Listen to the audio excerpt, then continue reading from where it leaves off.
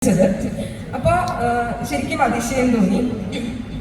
നമ്മള് ചരിത്രത്തിൽ ശരിക്കും പറയാതെ ചരിത്രരചനയുടെ ചരിത്രം അല്ലെങ്കിൽ ചരിത്രരചനയുടെ ശാസ്ത്രം എന്ന് പറയുന്നത് ഒരുപാട് പരിമിതികളുള്ളതാണ്. ഇപ്പോൾ ഇപ്പോഴത്തെ കാലത്തെ പോലെയല്ല, ലിഖിതമായ രേഖകളുണ്ട് എല്ലാത്തിനും. ഡിജിറ്റൽ തെളിവുകളുടെ ഒക്കെ ഒരു കാലത്ത് നിന്നുകൊണ്ട് നമ്മൾ പഴയ കാലത്തേക്ക് കുറിച്ച് അന്ന് രേഖപ്പെടുത്തപ്പെട്ട ചരിത്രം എന്ന് പറയുന്നത് വളരെ കുറവാണ്.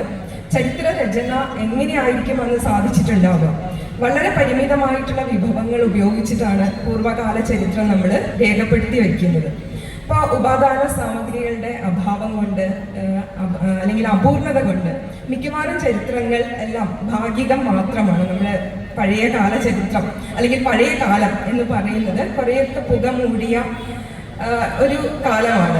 അപ്പൊ അവിടെ നിന്നിട്ട് അറക്കൽ രാജവംശത്തെ കുറിച്ചും അല്ലെങ്കിൽ ഈ ഒരു സ്ഥലത്ത് നിന്നുകൊണ്ട് അറക്കൽ ബീബിമാരെ കുറിച്ച്, അറക്കൽ രാജവംശത്തെ കുറിച്ച്, കേരളത്തിലെ വിഖ്യാതമായ ഒരു പെൺഭരണത്തെ കുറിച്ച് ആലോചിക്കുമ്പോൾ ഒരുപാട് തെളിവുകൾ അല്ലെങ്കിൽ അതിനെ ആ കാലത്തെ പുനർനിർമ്മിക്കാൻ ഉതകുന്ന തരത്തിലുള്ള തെളിവുകൾ വളരെ വളരെ വളരെ കുറവാണ്.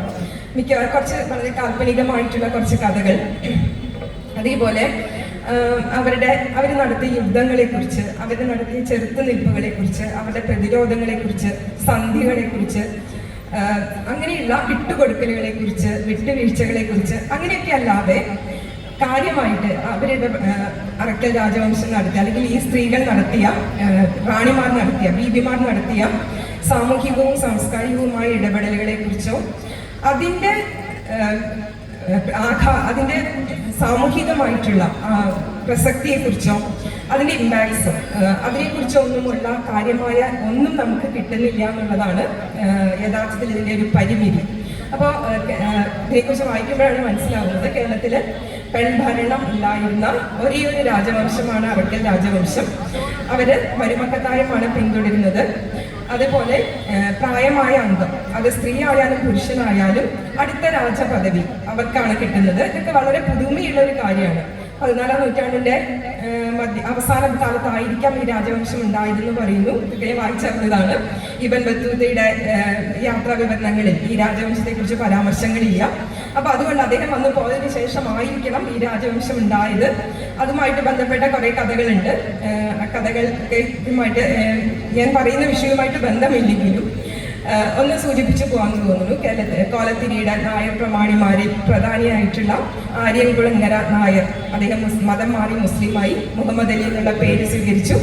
അദ്ദേഹത്തോട് പ്രണയം തോന്നിയ കോലത്തിരിയുടെ കോവിലകത്തെ ഒരു പെൺകുട്ടിയെ രാജാവ് തന്നെ വിവാഹം ചെയ്തു കൊടുത്തു. അവർക്ക് താമസിക്കാൻ കൊട്ടാരവും മറ്റു സൗകര്യങ്ങളൊക്കെ ഉണ്ടാക്കി കൊടുത്തു എന്ന് പറയുന്നു. അങ്ങനെയാണ് അറക്കൽ രാജവംശം ഉണ്ടായതെന്ന് പറയുന്ന ഒരു കഥ. ചിറക്കൽ കോവിലകവുമായിട്ട് ബന്ധപ്പെട്ട മറ്റൊരു കഥ. ഇവിടെയൊക്കെ സ്ത്രീയിൽ നിന്നാണ് അല്ലെങ്കിൽ സ്ത്രീ കേന്ദ്രിതമായിട്ടുള്ള കഥകളാണ് ഇതെല്ലാം. അപ്പോൾ ചിറക്കൽ കോവിലകത്തെ പെൺകുട്ടി കുളിക്കാൻ പോയപ്പോൾ വെള്ളത്തിലും ചെറിയിലും മുങ്ങിപ്പോയി. അപ്പോൾ ഒരു മുസ്ലിം സൈനികൻ, മുഹമ്മദ് അലി തന്നെ ആയിരിക്കണം, അദ്ദേഹമാണ് രക്ഷിച്ചത്. അപ്പൊ വസ്ത്രം ഒഴുകിപ്പോയതുകൊണ്ട് ഈ രാജകുമാരി കരയ്ക്ക് കയറാതെ നിന്നപ്പോൾ അദ്ദേഹം വസ്ത്രം കൊടുത്തു, കൈ പിടിച്ച് കരയ്ക്ക് കയറ്റി. അപ്പൊ അതുകൊണ്ട് രാജകുമാരി പിന്നെ കോവിലകത്തേക്ക് കയറിപ്പോയില്ല. തന്റെ വിവാഹ ചടങ്ങുകൾ, പുടവ കൊടുക്കലും പാണിഗ്രഹണമൊക്കെ പുടവ വാങ്ങലും പാണിഗ്രഹണമൊക്കെ കഴിഞ്ഞതുകൊണ്ട് ഇനി അങ്ങോട്ട് കയറുന്നില്ല എന്ന് തീരുമാനിക്കുകയും രാജാവ് തന്നെ അദ്ദേഹത്തിന്റെ വിവാഹം നടത്തി കൊടുത്തു എന്നുള്ളൊരു കഥ. അപ്പൊ ഈ ചേരമാൻ പെരുമാളുമായിട്ട് ബന്ധപ്പെട്ട മറ്റൊരു കഥ. അപ്പൊ ഇതിലെല്ലാം മതസൗഹാർദ്ദം, ഇതൊക്കെ കുറച്ച് കാൽപ്പനികമായിട്ടുള്ള കഥയാണ്. കേരളോത്പത്തിയിലും കേരള മഹാത്മ്യത്തിലും ഐതിഹ്യമാനിലും ഒക്കെ ആയിട്ടാണ് ഈ കഥകൾ ചിതറിക്കിടക്കുന്നത്. ഇതൊക്കെ ശരിക്കുണ്ടായതാണോ അല്ലെങ്കിൽ ഇതാണോ ശരി, ഏതാണ് ഇതിലെ വസ്തുത നമുക്ക് പറയാൻ പറ്റില്ല. അപ്പോൾ പക്ഷേ ഈ കഥകളൊക്കെ സൂചിപ്പിക്കുന്ന ഒരു വിശാലമായ മാനവികതാ വീക്ഷണമുണ്ട്. മതസൗഹാർദ്ദത്തിലൂന്നിയ രാജാക്കന്മാര് അല്ലെങ്കിൽ നാടുവാഴികൾ, ചെറുകിട നാടുവാഴികൾ തമ്മിലുള്ള സൗഹൃദത്തിലൂന്നിയ പാരസ്പര്യത്തിലൂന്നിയ ഒരു നിലനിൽപ്പ്, അതാണ് ഈ കഥകൾ സൂചിപ്പിക്കുന്നതെന്ന് എനിക്ക് തോന്നുന്നു. ഈ കഥകളുടെ വസ്തുത എന്തായാലും ആ ഒരു കാലം 14ാം നൂറ്റാണ്ട് 15ാം നൂറ്റാണ്ട് ആ ഒരു കാലം രാജാക്കന്മാർ തമ്മിൽ, നാടുവാഴികൾ തമ്മിൽ മതസൗഹാർദ്ദം ഉണ്ടായിരുന്നു. സ്വന്തം കുടുംബത്തിലെ ഹിന്ദു രാജകുമാരിയെ മുസ്ലിമിന് വിവാഹം കഴിച്ചു കൊടുക്കാനും അവർക്ക് വേണ്ട സൗകര്യങ്ങൾ ചെയ്തു കൊടുക്കാനും ഒന്നും മടിയില്ലാത്ത അത്രയും വിശാലമായിട്ടുള്ളൊരു മാനവ വീക്ഷണം, മാനവികതാ ബോധം അന്നത്തെ കാലത്ത് ഉണ്ടായിരുന്നു എന്നുള്ളത് ഈ കഥകൾ സൂചിപ്പിക്കുന്നുണ്ട്. അപ്പൊ ഇതാണ് ഈ കഥകളുടെ ഒരു പ്രസക്തി എന്ന് തോന്നുന്നു. അപ്പൊ അതെന്തായാലും ഈ തമ്പുരാട്ടിക്ക് കോലത്തിരി അല്ലെങ്കിൽ ചിറക്കലായാലും കോലത്തിരി കോവിലത്തെ ആയാലും ആ പെൺകുട്ടിക്ക് സ്ത്രീധനമായിട്ട് കിട്ടിയ സ്വത്തിൽ നിന്നാണ് അല്ലെങ്കിൽ അതിൽ നിന്നാണ് അറക്കൽ രാജവംശത്തിന്റെ ഈടുവെപ്പുകൾ ഉണ്ടായതെന്നൊക്കെ ഇത് സൂചിപ്പിക്കുന്നുണ്ട്. അപ്പൊ സ്വാഭാവികമായിട്ട് എന്തുകൊണ്ടാണ് ഇന്നത്തെ കാലത്ത് പോലും നമുക്ക് ആലോചിക്കാൻ പറ്റാത്ത ഒരു കാര്യമാണ് ഇത്രയും സ്വാതന്ത്ര്യം അല്ലെങ്കിൽ ഇത്രയും അധികാരം പെണ്ണുങ്ങൾക്ക് ഭരണം, പെണ്ണുങ്ങളെ കൊണ്ടൊന്നിനും കൊള്ളില്ല, കഴിവില്ല എന്നൊക്കെയുള്ള ശക്തമായിട്ടുള്ള ധാരണ ഇന്നത്തെ കാലത്ത് നിലനിൽക്കുമ്പോഴാണ് ആ ഒരു കാലത്ത് സ്ത്രീകൾക്ക് ഇത്രയും അധികാരം കിട്ടിയിരുന്നത് എന്നുള്ളത് വളരെ അതിശയകരമായിട്ടുള്ള ഒരു കാര്യമാണ്. പ്രത്യേകിച്ച് അറക്കൽ കെട്ടിന്റെ അടുത്ത് നിന്നിട്ട് ഈ ഒരു കാര്യം കണ്ണൂർ നഗരം മുഴുവനും ഒരു കാലത്ത് അറക്കൽ രാജവംശത്തിൻ്റെതായിരുന്നു. ഞാനിതിന്റെ ചരിത്രം അത്തരം കാര്യങ്ങൾ എല്ലാവർക്കും അറിയുന്നതാണ്.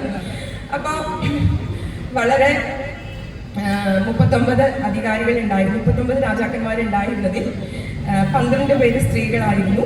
ഏകദേശം 146, 150 വർഷങ്ങൾ ഈ സ്ത്രീകൾ ഭരിച്ചിട്ടുണ്ട്. അപ്പോൾ അതും 17-ാം നൂറ്റാണ്ട് മുതൽ. അപ്പോൾ കണ്ണൂരിന്റെ ചരിത്രത്തിൽ ഏകദേശം ഒരു 150 വർഷത്തോളം സ്ത്രീകളാണ് ഭരണം നടത്തിയിരുന്നത് എന്ന് നമുക്ക് അതിശയം, എനിക്ക് വളരെയധികം അതിശയം തോന്നുന്നുണ്ട്. ഇങ്ങനൊരു പെൺഭരണം ഉള്ള ഒരു കാലം നമുക്ക് ഉണ്ടായിരുന്നല്ലോ എന്ന് ആലോചിക്കുമ്പോൾ. അപ്പോൾ സ്ത്രീകളുടെ കഴിവ് അല്ലെങ്കിൽ അവർക്ക് ശേഷിയുണ്ടോ, അവരെ കൊണ്ട് പറ്റുമോ, അങ്ങനെയുള്ള സംശയങ്ങൾ ഉണ്ടായിരുന്നില്ല. മൂത്താള് സ്ത്രീ ആണെങ്കിൽ അവർക്ക് സ്വാഭാവികമായിട്ടും അധികാരം കിട്ടിയിരുന്നു. അവർ തന്നെയായിരുന്നു അറക്കൽ ബീബി എന്ന പേരിൽ ഭരണം നടത്തിയിരുന്നത്. അപ്പൊ ഇതില് ചരിത്രത്തിൽ വേണ്ടത്ര രീതിയിൽ അല്ലെങ്കിൽ വേണ്ട രീതിയിൽ രേഖപ്പെടുത്താതെ പോയ ജീവിതങ്ങളാണ് ഈ സ്ത്രീകളുടേതെന്ന് എനിക്ക് തോന്നുന്നു. ചരിത്രരേഖകളിൽ നേരത്തെ ഞാൻ പറഞ്ഞതുപോലെ അറക്കൽ സ്വരൂപത്തിന്റെ സാമൂഹിക സാംസ്കാരിക ഇടപെടലുകളോ സ്ത്രീകളുടെ വിദ്യാഭ്യാസമോ സ്ത്രീകൾ സവിശേഷമായിട്ട് എന്തൊക്കെ കാര്യങ്ങൾ ചെയ്തിരുന്നു റാണിമാരായപ്പോൾ അത്തരം കാര്യങ്ങളെ കുറിച്ചൊന്നും നമുക്ക് വിവരങ്ങൾ കിട്ടുന്നില്ല. ഡച്ച്, പോർച്ചുഗീസ്, ബ്രിട്ടീഷ് ഭരണകാലമായിരുന്നു 17-ാം നൂറ്റാണ്ടൊക്കെ അറിയാം. വളരെ സംഘർഷഭരിതമായ ഒരു കാലമായിരുന്നു കേരളത്തെ സംബന്ധിച്ച്, പ്രത്യേകിച്ച് വടക്കൻ കേരളത്തെ സംബന്ധിച്ച്. ടിപ്പു സുൽത്താന്റെ ഹൈദരലിയുടെ ആക്രമണം നടക്കുന്ന കാലമാണ്. അപ്പോൾ ഇങ്ങനെ വളരെയധികം സംഘർഷഭരിതമായ ഒരു കാലത്താണ് ഈ സ്ത്രീകൾ ഇവിടെ ഭരണം നടത്തിയിരുന്നത്. 146, 150 വർഷങ്ങൾ സ്ത്രീകൾ പല കാലത്തായിട്ട് ഈ ഒരു ഏറ്റവും കേരള ചരിത്രത്തിലെയും കണ്ണൂരിന്റെ ചരിത്രത്തിലെയും ഏറ്റവും സംഘർഷഭരിതമായ ഒരു കാലത്തിലാണ് ഇവര് ഭരണം നടത്തിയിരുന്നത് എന്നുള്ളത് വളരെ എന്താ പറയുക, അതിശയിപ്പിക്കുന്ന കാര്യം തന്നെയാണ്. അപ്പൊ ബ്രിട്ടീഷുകാരുടെ കൊളോണിയൽ രേഖകളിലാണ് ഇവരെ കുറിച്ചൊക്കെയുള്ള കാര്യങ്ങൾ മനസ്സിലാവുന്നത്. പക്ഷെ അതൊന്നും നമുക്ക് അന്ന് കൃത്യമായ ഒരു ചരിത്രം രേഖപ്പെടുത്തുന്ന ഒരു സിസ്റ്റം ഉണ്ടായിരുന്നില്ല. അപ്പൊ ഇവരുടെ രേഖകളിൽ നിന്നാണ് PM ലോഗൻ ഇവരെ കുറിച്ച് പറഞ്ഞിട്ടുണ്ട്, മലബാർ മാനുവലിൽ പറയുന്നുണ്ട്. അതേപോലെ മറ്റ് ബ്രിട്ടീഷ് രേഖകളിൽ നിന്നും ഡച്ച് അങ്ങനെയുള്ള രേഖകളിൽ നിന്നാണ് ഇവരെ കുറിച്ച് നമുക്ക് വിവരം കിട്ടുന്നത്. പക്ഷെ അത്തരം രേഖകളൊക്കെ വളരെ ഏകപക്ഷീയമായിരിക്കും. അതേപോലെ അവര് ഒട്ടും സൗഹൃദത്തിലായിരുന്നില്ല. പോർച്ചുഗീസുകാരുമായിട്ട് പ്രശ്നങ്ങൾ ഉണ്ടായിരുന്നു, ബ്രിട്ടീഷുകാരുമായിട്ട് നിരന്തരം പ്രശ്നങ്ങൾ ഉണ്ടായിരുന്നു, ഡച്ചുകാരുമായിട്ട് മാത്രമാണ് ഇടയ്ക്കെങ്കിലും കുറച്ച് സൗഹൃദ അന്തരീക്ഷം ഉണ്ടായിരുന്നത്. അപ്പോൾ വളരെയധികം പ്രശ്നഭരിതമായിട്ടുള്ള ഒരു കാലത്താണ് അറക്കൽ ബീബിമാർ വളരെ സ്തുത്യർഹമായ രീതിയിൽ കണ്ണൂരിനെ മുന്നോട്ട് കൊണ്ടുപോയത്. കണ്ണൂർ നഗരം ഭരിച്ചിരുന്നത് കണ്ണൂർ മാത്രമല്ല, കണ്ണൂർ മുതൽ തലശ്ശേരി പുഴ വരെ അവരുടെ അധീനതയിലായിരുന്നു. ഇടയ്ക്കൊരു തുറമുഖം ഉണ്ടായിരുന്നു, ധർമ്മടം തുറമുഖം ഉണ്ടായിരുന്നു. അതേപോലെ സമുദ്ര വാണിജ്യം, അതേപോലെ അറേബ്യൻ കുതിരകളെ അടക്കം അവർ കച്ചവടം നടത്തിയിരുന്നു എന്ന് പറയുന്നു.